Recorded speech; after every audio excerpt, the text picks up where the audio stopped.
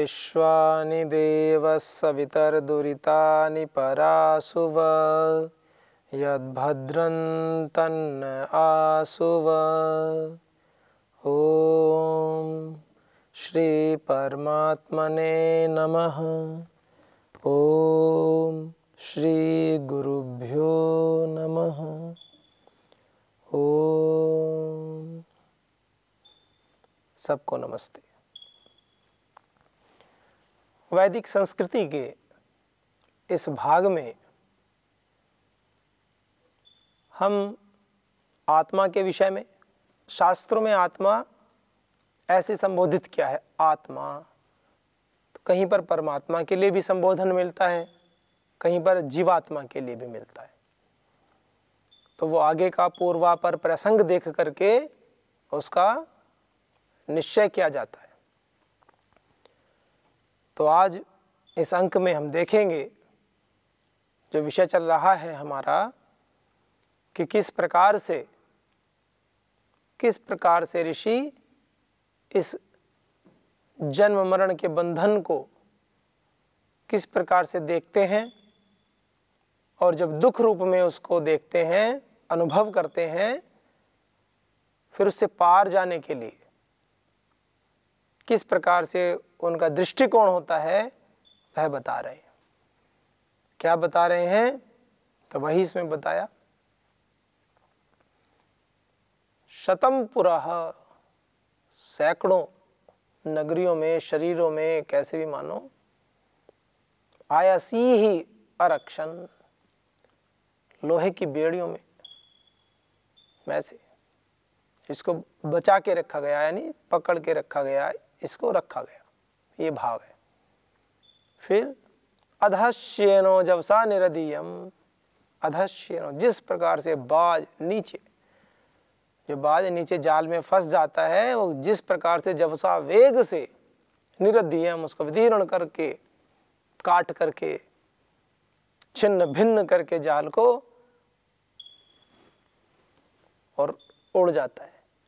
इस प्रकार से वामदेव ऋषि गर्भावस्था में ही उनको अपने इन इंद्रियों के जितने भी जन्म हुए हैं पूरे, उन सभी जन्मों का उनको बोध हो गया, और उन्होंने देखा कि किस प्रकार से यह शरीर कितने सैकड़ों जन्मों से, सैकड़ों जन्म का अर्थ यहाँ बोल 1 2 3 4 100 ऐसे वाला 100 नहीं है, सैकड़ों जन्मों का अर्थ है कि पता नहीं कितने एक अनंत जन्मों का प्रवाह चला रहा है। तो उस जन्मों के प्रवाह से वह सदैव उसमें चक्र में लगे रहे, और वो सोच रहे हैं कि किस प्रकार से जन्म और मरण का जो बंधन है, ये मेरी इस आत्मा को बांधे रखा है इसने कितने लंबे समय से, अब और नहीं। उन्होंने पहले पूर्व जन्मों में भी साधना की होगी इस स्थिति को पाने में, कि उनको अपने पूर्व जन्मों का बोध हो जाए, उनको उनकी स्थिति योग में इतनी उच्च हो जाए कि वो इस जन्म मरण के बंधन में, इस मरण धर्मालोक में आने से पूर्व ही जिनको ये बोध हो जाए कि मुझे किस प्रकार से अमरत्व को प्राप्त करना है, मैं इस मोह पाश से मुक्त हो जाऊं, इस प्रकार से वो कर्म करें। उनको बोध हो गया, गर्भावस्था में ही यह सब बोध हो गया। और जिस प्रकार से बाज बंधनों को तोड़कर मुक्त हो जाता है आकाश में, इसी प्रकार से उनकी स्थिति हो गई। गर्भ एवेतत् शयानो वामदेवा एवं उवाच, गर्भ एवेतत् शयानो, गर्भ में ही ऐसे सोते हुए, ऐसे वामदेव ऋषि ने ऐसे कहा। क्या कहा वामदेव ऋषि ने? कि मैंने अपनी इंद्रियों के समस्त जन्मों को जान लिया है, सैकड़ों जन्मों से, सैकड़ों नगरियों में, सैकड़ों शरीरों में यह मेरी इंद्रियों के जितने भी सैकड़ों जन्म हुए हैं, वो सभी ने मुझे बांध के रखा हुआ था। और जिस प्रकार से बाज नीचे फंस जाता है और वो वेग से उस जाल को काट करके निकल जाता है, उसी प्रकार से वामदेव ऋषि ने भी क्या किया, वो आगे अगले मंत्र में आ रहा है, उन्हें बोध हो गया कि मुझे भी इस प्रकार से इस जन्म मरण के बंधन से मुक्त होकर के मुझे भी चले जाना चाहिए। वेग जवसा निरदीयम, जवसा वेग से। बंदूक की गोली होती है, गोली मारते हैं बंदूक की, निशाना लगाते हैं ना, गोली आती है। वेग ना हो तो गोली, वेग, वेग से कोई भी हम श्रेष्ठ कार्य करते हैं। आप गृहस्थ धर्म से इस संन्यास धर्म की ओर प्रवृत्त हो रहे हैं, ब्रह्मचर्य आश्रम से संन्यास आश्रम की ओर प्रवृत्त हो रहे हैं। जो जो ब्रह्मचारी हुए हैं, जो आचार्यगण हुए हैं, उनका तो सीधा अपना अनुभव है ही कि एक वेग उठता है, सच्चे पथ का, अच्छे पथ पर चलने का एक वेग उठता है। नहीं तो मोह के बंधन टूट ही नहीं सकते। मोह के बंधनों को तोड़ना बड़ा मुश्किल है, असंभव। और बिना वेग के तो संभव है ही नहीं। वेग तो उठता है, वेग से उठ जाते हैं। 11.2 किलोमीटर पर सेकंड का जब वेग होता है तो इस पृथ्वी का जितना भी गुरुत्वाकर्षण बल है, जितनी भी इसकी शक्ति को भेद करके जो रॉकेट है पार चला जाता है, वेग। तो हमें अपने कंफर्ट जोन जो है हमारा, उस जोन को, उस कंफर्ट को त्यागना होता है। और वो कैसे संभव है? वेग से। परम श्रद्धेय श्री स्वामी जी महाराज ने एक परीक्षण किया अभी हाल ही के दिनों में। उसमें क्या हुआ, एक पूरा दिन ब्रह्मचारी और ब्रह्मचारिणी भाइयों को, बहनों को दिया गया शास्त्र याद करने के लिए। शास्त्र याद कीजिए आप। उसका क्या परिणाम हुआ? एक एक ब्रह्मचारी भाई, एक एक ब्रह्मचारिणी बहन एक एक दिन में पूरी पूरी मनुस्मृति 800 श्लोक, 600 श्लोक, 500 श्लोक, 1000, एक व्यक्ति ने, एक भाई ने, एक छात्र ने तो एक दिन में पूरा धातु पाठ स्मरण कर लिया, लगभग 1800 सूत्र। बड़ा विचित्र सा लगेगा। जो अष्टाध्यायी धातु पाठ श्लोक आदि याद करते हैं, उनको कहते हैं कि एक पंक्ति याद कर लो, 20 से 25 सामान्य एवरेज होता है कि प्रतिदिन की एक पंक्ति आप याद कीजिए। उसको भी बड़ा अच्छा माना जाता है, ऐसे हे दृष्टि से नहीं कह रहा हूं। उसकी चूंकि लगातार आवृत्ति करनी होती है, बहुत पुरुषार्थ करते हैं। तो कहाँ तो 25 को एक सामान्य स्तर पर मानते हैं और उसको भी अच्छा मानते हैं कि इनकी गति हो सकती है व्याकरण में। 1000 सूत्र अष्टाध्यायी के भी किए हैं। धातु पाठ एक दिन में 1800 सूत्र। श्रीमद् भगवद गीता 10-10 अध्याय एक दिन किए। हमारे गुरुकुल में है ब्रह्मचारी, वैदिक गुरुकुलम, वैदिक कन्या गुरुकुलम, पतंजलि गुरुकुलम की तीनों शाखाएं, बाल गुरुकुलम, कन्या गुरुकुलम, भाइयों वाला गुरुकुल, सभी में सब कर रहे हैं। 5-5 साल के बच्चे, और 100 श्लोक तो पता नहीं कितनों ने किए। 100 श्लोक, 100 सूत्र, 5-5 साल के बच्चे, 4-4 साल के बच्चे। कहने का तात्पर्य क्या है? मेधा, मेधा, एकाग्रता। लेकिन कंफर्ट, जो एक जोन बना रखा है ना, कंफर्ट वाला, कंफर्ट, बस आराम चाहिए। यूं कहें तो कंफर्टेबल स्टेट, एकदम आराम की स्थिति, उसको त्यागना पड़ता है, तोड़ना पड़ता है। तो कंफर्ट तोड़ेंगे तो क्या होगा? फिर परेशान रहेंगे ना। कंफर्ट को तोड़वा रहे हैं, दुख नहीं दे रहे। प्रमाद जनित जो कंफर्ट है उसको तोड़ना, मस्तिष्क का विकास करने के लिए सदैव प्रेरित करना, गुरुजन करते हैं।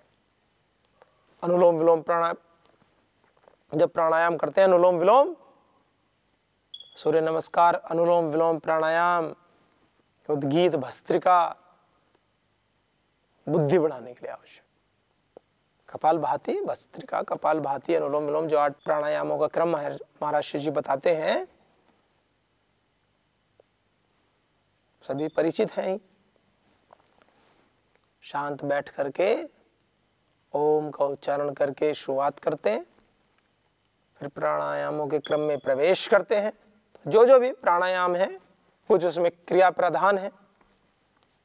भस्त्रिका प्राणायाम, श्वासों को भरना छोड़ना।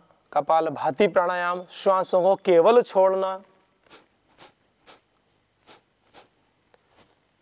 फिर बंध लगाते हैं, त्रिबंध, तीनों बंधों को लगाना।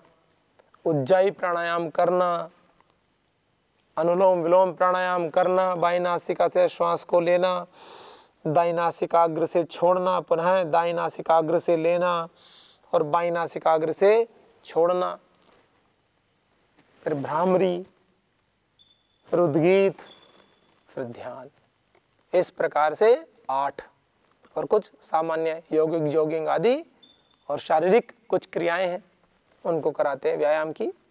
योगिक जोगिंग, सूर्य नमस्कार, कुछ व्यायाम करा दिए मेरुदंड वाले बदल बदल कर।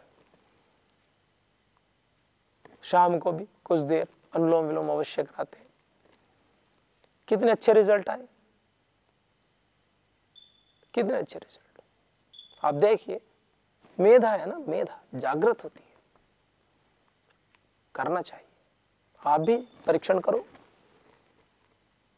घर पे अभी अधिक समय से हम रह रहे हैं तो कम से कम बच्चों की मेधा शक्ति को जागृत करने के लिए कार्य कीजिए।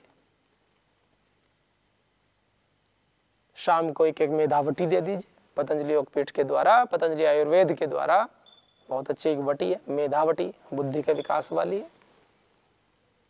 एक एक वटी दूध से दे सकते हैं शाम को। निद्रा भी अच्छी आती है और मस्तिष्क के विकास के लिए भी लाभकारी है। तो एक एक मेधावटी दो बच्चों को, कोई साइड इफेक्ट थोड़ी है। देते हो, जिसकी बुद्धि कम हो माता पिता को यह उचित है वैद्य से परामर्श कर ले और एक वटी तो दूध के साथ शाम को प्रतिदिन दे। क्या नहीं, बुद्धि का विकास हो। कोई बहुत ज्यादा महंगी भी नहीं है, बहुत सस्ती है। इतनी औषधियां हमारे पास उपलब्ध हैं, जन्म औषधि, मंत्र, तप, ऐसे करके बताए हैं। सिद्धियां प्राप्त करने के साधन बताए हैं योग दर्शन में। तो ये भी तो सिद्धि है, बुद्धि को प्राप्त करना, मेधा को जागृत करना। इससे बड़ी सिद्धि कौन सी है कि जिसके कारण से हम मनुष्य हैं, हम सर्वश्रेष्ठ हैं, उस विषय को हम बढ़ा रहे हैं, उसको हम महत्व दे रहे हैं, उसको जागृत कर रहे हैं, उसको सूक्ष्म, अति सूक्ष्म कर रहे हैं, ताकि वह सूक्ष्म से सूक्ष्म विषयों को ग्रहण कर सके। और परमात्मा तो अति सूक्ष्म है, सभी में समाया है। तो कैसे संभव है? बिना सूक्ष्म बुद्धि के संभव है। तो उसका प्रयास करें, उसको सूक्ष्म से सूक्ष्म बनाते जाएं। मेधा, ऋतंभरा, ये सब प्रज्ञा, ये सब बुद्धि की कोटि है। चलिए, आप भी कराएं अपने बच्चों को घर में। कुछ माता पिता सोचते हैं कि किसी ने 5 श्लोक याद कर लिए श्रीमद् भगवत गीता के, कि 1 महीने में कोई एक अध्याय याद कर लिया। ठीक है, उत्साहवर्धन के लिए तो हम भी कहेंगे अच्छी बात है कि घर पे रह के भी आप इतना कर रहे हैं तो बहुत अच्छी बात है, उसको पूरा कीजिए। लेकिन आपके बच्चे में इतना सामर्थ्य है कि वो 2 से 3 दिन में, 4 से 5 दिन में, 7 से 8 दिन में, या मैक्सिमम 14 से 15 दिन में तो पूरी श्रीमद् भगवत गीता याद कर सकता है। आप अपने बच्चे के सामर्थ्य को जागृत कीजिए, यह दायित्व है माता पिता जी का। याद कराने में पूरा लगना पड़ता है, उपदेश देने से नहीं होता। क्या आप सोचेंगे आपने बच्चे से कह दिया कि चलो श्रीमद् भगवत गीता याद करो, बच्चा बैठ गया किताब खोल के, माता जी भी अपने काम में, पिताजी भी अपने काम में, बड़े भाई बहन सभी अपने कार्यों में लग गए। ऐसे नहीं, आचार्यों को पूरा दिन लगना पड़ता है, बच्चे हैं ना, प्रेम से समझाना पड़ता है, उनको प्रसन्न रखना पड़ता है।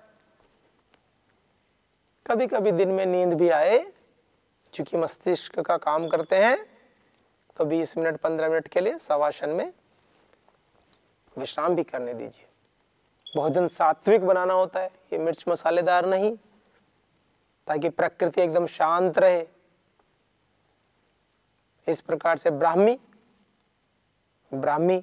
का शरबत आता है, पतंजलि से उपलब्ध है। गुलाब का शरबत है, थोड़ा सा शरबत बना के दे सकते हैं बच्चों को, उससे उनकी प्रकृति एकदम शांत रहेगी, पढ़ाई में मन लगेगा, रुचि उत्पन्न होगी। तो इस प्रकार से कुछ अच्छे हर 2-3 घंटे में ऐसा कुछ कर सकते हैं। जिनके बच्चे अधिक चंचल हैं, घर पे रहते हैं ना, तो तब का थोड़ा सा भाव तो रहता ही है। गुरुकुल में तो सभी तपस्वी है, अच्छे बच्चे हैं, सभी अच्छे हैं। कोई गुरुकुल में बच्चे को सीधे ऊपर से थोड़ी आए, आप ही के तो हैं, आते तो समाज से ही हैं। काम अधिक करना पड़ता है उनके ऊपर, बस इतना है। प्रातःकाल 4 बजकर, कभी कभी जो नए बच्चे आते हैं तो 4:30 4:25 ऐसा करते हैं, धीरे धीरे उस क्रम को 4 बजे तक लाते हैं। माने 4 बजे से लेकर के और 9:30 बजे तक का जो समय है, आचार्यों की आंखों के सामने का समय है। विद्या में भी सामने, विद्या से इतर विषयों में भी सामने। निर्माण बहुत बड़ा विषय है। परम श्रद्धेय श्री स्वामी जी महाराज के चरणों में कोटि कोटि नमन करते हैं कि आपने इतने गंभीर विषय को भी इतनी सहजता से लिया हुआ है। हर समय, जब भी समय मिलता है, सदैव बच्चों के बीच में, सदैव उनके उत्साहवर्धन के लिए सदैव तत्पर। कोई आकलन करके देखे, एक एक सेकंड का, एक एक मिनट का कितने कीमती आकलन कीजिए आप। मोटिवेशनल स्पीकर्स होते हैं, लाखों लाखों रुपए ले जाते हैं आधे घंटे की क्लास के लिए, और ऐसे ऋषि जिनके दर्शन मात्र से व्यक्ति के अंदर के नकारात्मक विचार नष्ट हो जाते हैं। ऐसे ऋषि जिनकी वाणी के अमृत वचनों का पान करने से समाज में व्याप्त कुरीतियां अपना दम तोड़ देती हैं। ऐसे ऋषि जिन्होंने समाज के लिए सब कुछ न्यौछावर करने का भाव अपनाया हुआ है, सब कुछ। समाज कल्याण के सामने स्वयं को भी कुछ नहीं समझते। इस शरीर को साधन बनाकर समाज कल्याण के इस यज्ञ में झोंका हुआ है पूरा। तो ऐसे ऋषि, उनका सानिध्य में ब्रह्मचारी भाई, ब्रह्मचारिणी बहनें, आचार्य आचार्याएं, सभी सन्यासी भाई सन्यासिनी बहनें, सभी लगे भिन्न भिन्न क्षेत्रों में भी सेवाएं दे रहे हैं। लेकिन मानव कल्याण का इतना बड़ा कार्य जो है, हमारी वैदिक संस्कृति के पुनरुत्थान का जो कार्य है, सभी प्रसन्नता से उस कर्तव्य का बोध करते हुए, उसको अपना कर्तव्य समझते हुए उस कर्म में लगे, गुरु आज्ञा को श्रद्धार्य करते हुए।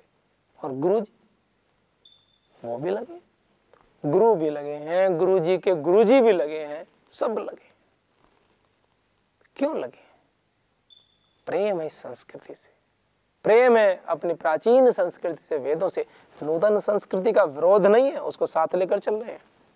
कुछ को भ्रम हो सकता है, वैदिक संस्कृति, भारतीय वैदिक संस्कृति सदैव प्राचीन तो है ही, सदैव नवीन भी है। इस बात को विशेष ध्यान रखें। कुछ व्यक्ति सोचते होंगे कि ये तो पुराने जमाने की पढ़ाई है। दिमाग बढ़ाना ये पुराना और नया नहीं होता। गुरुकुल की पढ़ाई कैसी है? जैसे हमारे पास एक शस्त्र है, एक शस्त्र,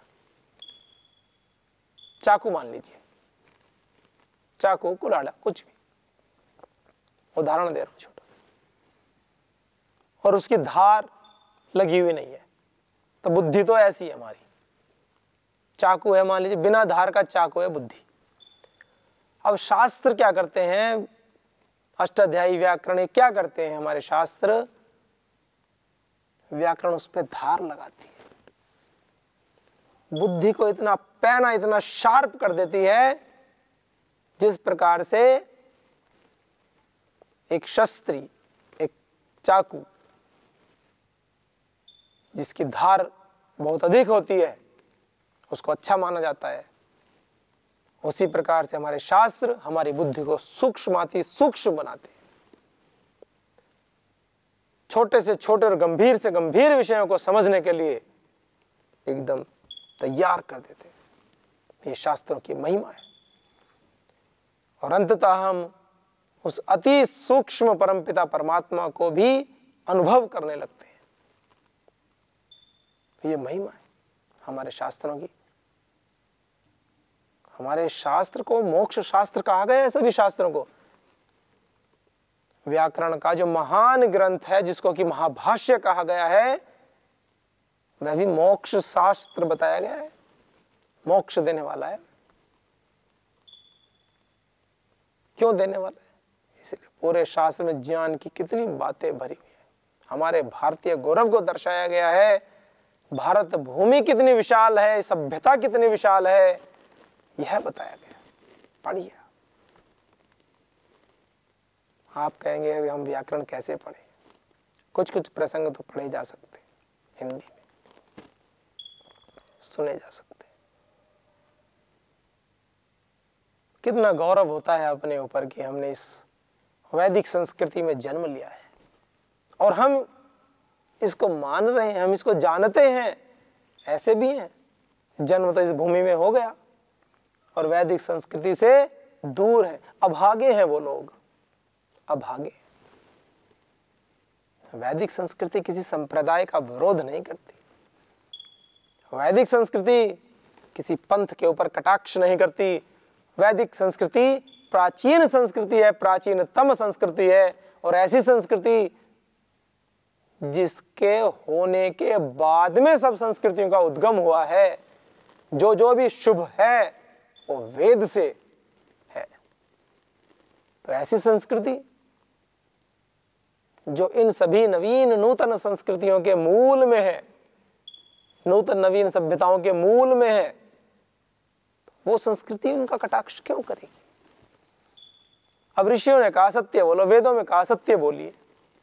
अब कोई व्यक्ति असत्य बोलता है और एक व्यक्ति शास्त्रों की बात करता है कि हमारे शास्त्रों में कहा है सत्य बोले, सत्य बोलना चाहिए, सत्यम वद। और जिस व्यक्ति ने असत्य बोलना शुरू किया है वह कहे कि देखिए जी यह तो मेरे ऊपर कटाक्ष कर रहा है। महामूर्ख है, जड़मति है वह व्यक्ति जो ऐसा सोचता है। असत्य आचरण कर रहे हैं आप। और एक व्यक्ति जो शास्त्रोक्त बातों को कह रहा है कि सदा सत्य बोले, और कोई व्यक्ति ये समझे कि तो मेरे ऊपर कटाक्ष कर रहा है, तो उसका दोष है। शास्त्र का दोष क्या है इसमें? वेदों का दोष क्या है इसमें? सज्जन पुरुषों का दोष क्या है इसमें? वो तो वेदों की बातें कर रहे हैं, अपने ईश्वरीय गुणों का गुणगान कर रहे हैं, उनकी कीर्ति का मंडन कर रहे हैं। वो कोई खंडन के लिए थोड़ी बात कहते। और ऋषियों का अभिप्राय कभी खंडन करना नहीं होता, ऋषियों का अभिप्राय कभी खंडन करना नहीं होता, दुख पहुंचाना नहीं होता। हाँ, दुष्टों को दुख पहुंचाना चाहिए, इसमें कोई हानि नहीं है। जो दुष्ट हैं उनको दुख पहुंचने का मतलब है उन्हें दंड मिलना चाहिए। दंड के भी कई प्रकार हो सकते हैं, वो एक भिन्न भिन्न बात है। व्यक्ति के दोष के अनुसार उसके दंड निर्धारित होने चाहिए, इसमें सामाजिक व्यवस्था के लिए यह अच्छी बात होती। लेकिन ऋषियों का व्यक्तिगत कोई बैर नहीं, व्यक्तिगत अपराध के लिए ऋषि ने किसी को दंड नहीं दिया। पूरी व्यवस्था देख लीजिए उठा करके, कहीं कहीं कुछ चीजें प्रक्षिप्त मिल जाती हैं। इतना बड़ा कालखंड है, क्योंकि ऋषियों के आचरण में कभी भी वैर नहीं हो सकता, भेद नहीं हो सकता, भिन्नता नहीं पाई जा सकती। ऋषि, कितना सुंदर शब्द है ऋषि।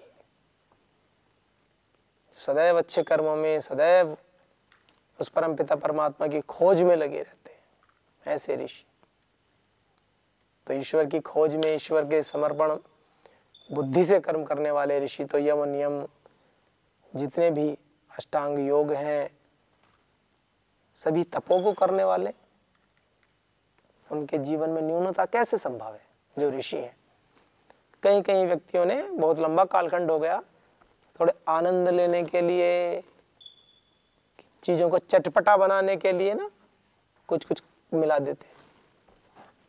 तो मनुष्य को चाहिए कि वेदों का स्वाध्याय करे, इस वैदिक संस्कृति का अच्छे से स्वाध्याय करे और अपने ऋषियों को, जो हमारे ऋषि माने जो परमपिता परमात्मा वेदों का सर्वोच्च ज्ञान ऋषियों के हृदय में देता है, ऋषियों के मस्तिष्क में ज्ञान अवतरित कर देता है,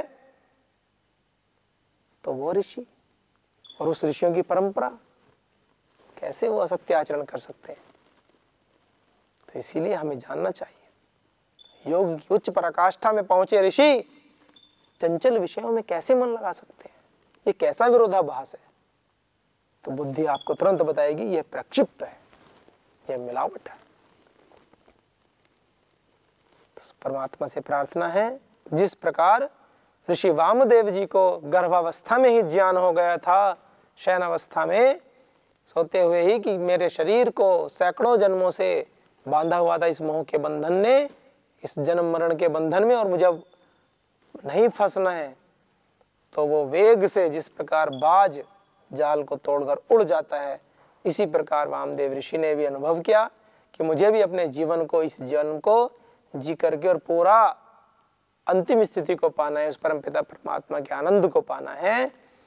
ऐसे ही हम सभी की स्थिति भी बने, हम सभी उस परमपिता परमात्मा की खोज के लिए लालायित हों। परमात्मा का अनुग्रह, गुरु कृपा सभी के ऊपर हो। ओम शांति शांति शांति।